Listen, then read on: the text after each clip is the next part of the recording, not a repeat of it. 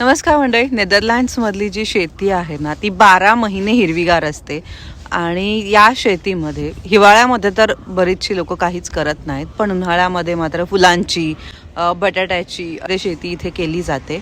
आणि शेती कशी आहे ते मी तुम्हाला दाखवते. हे बघा, अशा प्रकारे हे शेतं आहेत इथे आणि शेताच्या प्रत्येक बाउंड्रीला ना कॅनल आहे इथे, कारण की नेदरलँड्स हा देशच पूर्णपणे पाण्यावरती वसलेला आहे. त्यामुळे इकडे सुद्धा बघा कॅनल आहे, त्याच्यानंतर शेत आहे, मधोमध कॅनल आहे. प्रत्येक शेताचा एक स्क्वेअर आहे आणि त्याच्यामधून कॅनल जात आहे. बांध वगैरे करून इथे पार्टिशन केलेले नाही आहेत, तर कॅनल आहे त्यानेच पार्टिशन झाले. किती मस्त असा सूर्यास्त दिसतोय बघा तुम्ही.